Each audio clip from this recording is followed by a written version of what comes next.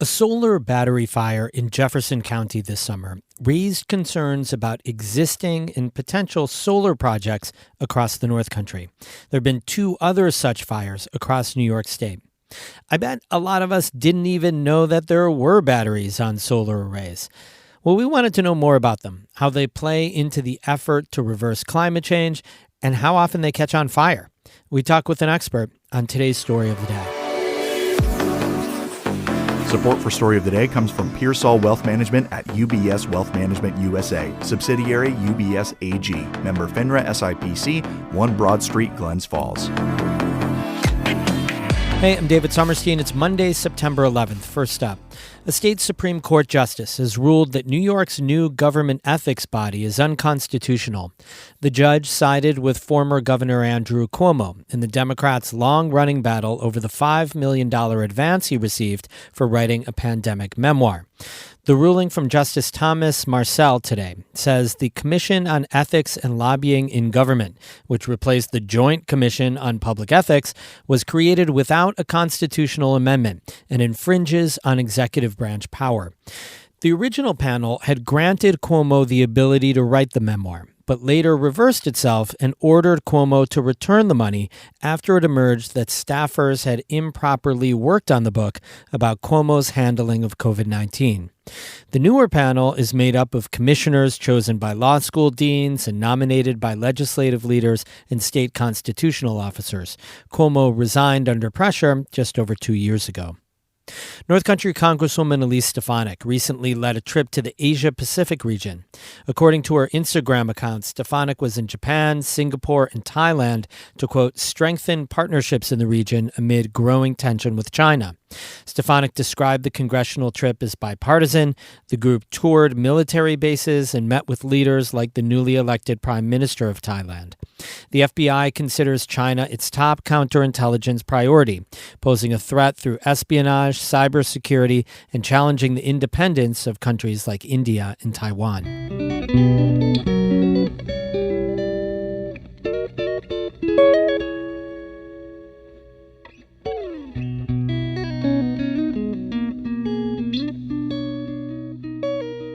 Not all solar installations have batteries. Many in the North Country are just solar panels that feed straight into the grid.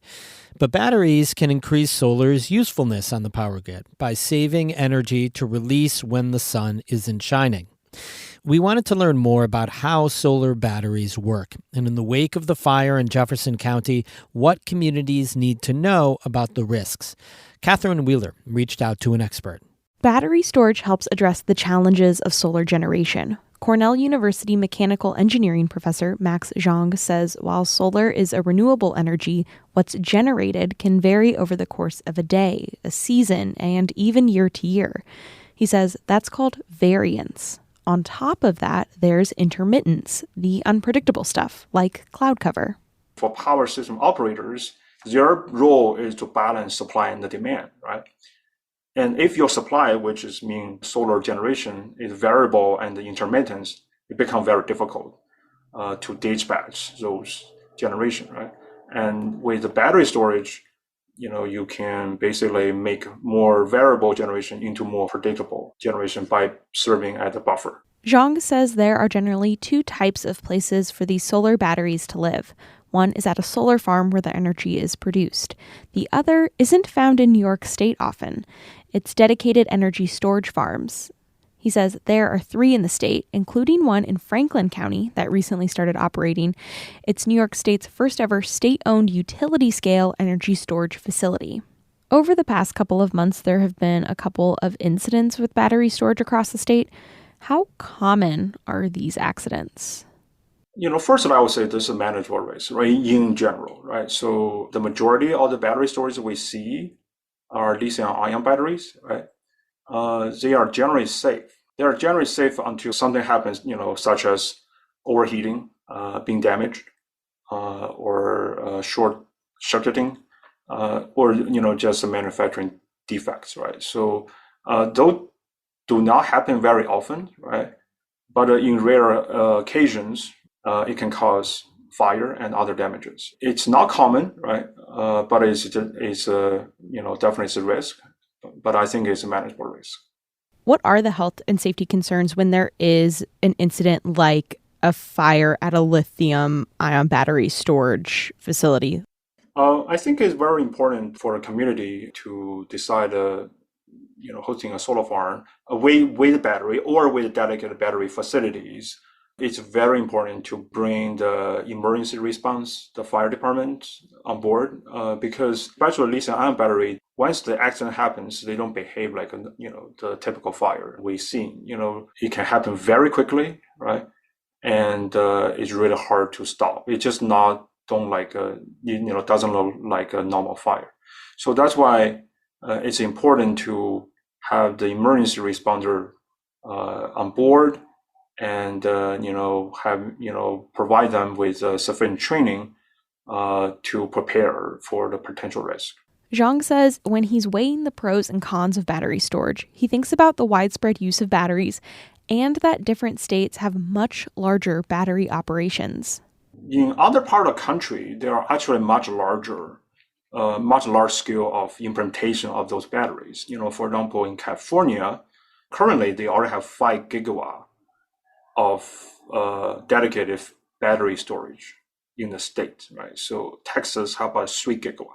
Right now, New York, as I mentioned here, I think they about have totally roughly 60 megawatt, right? So much smaller than what California and Texas has. So I would say this is my personal view, right? So as more we use it, the more we learn. Zhang says researchers are working on ways to make lithium-ion batteries safer or find alternatives like zinc-based batteries. He says lithium-ion batteries are energy dense, which means they can store more energy at a smaller size.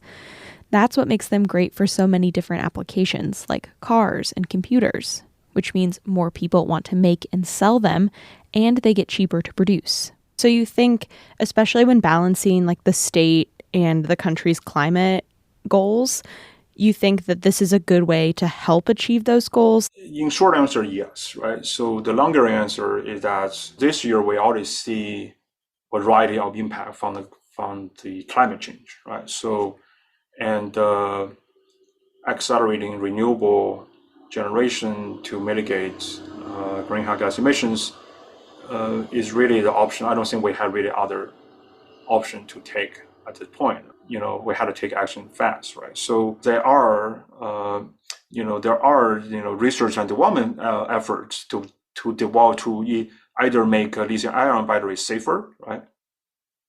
And also there are other alternatives which are inherently safer than lithium-ion batteries, right? So I think the question is how, as a society, we can incentivize the productions, right, of those safer choices, right? So I think that's back to the economic question. That was Cornell University mechanical engineering professor Max Zhang speaking with Catherine Wheeler about solar batteries. We have more news all the time on our website, ncpr.org. Music today by Lost in Beijing of Keen and Evan Veenstra of Gananoque, Ontario. I'm David Summerstein, North Country Public Radio.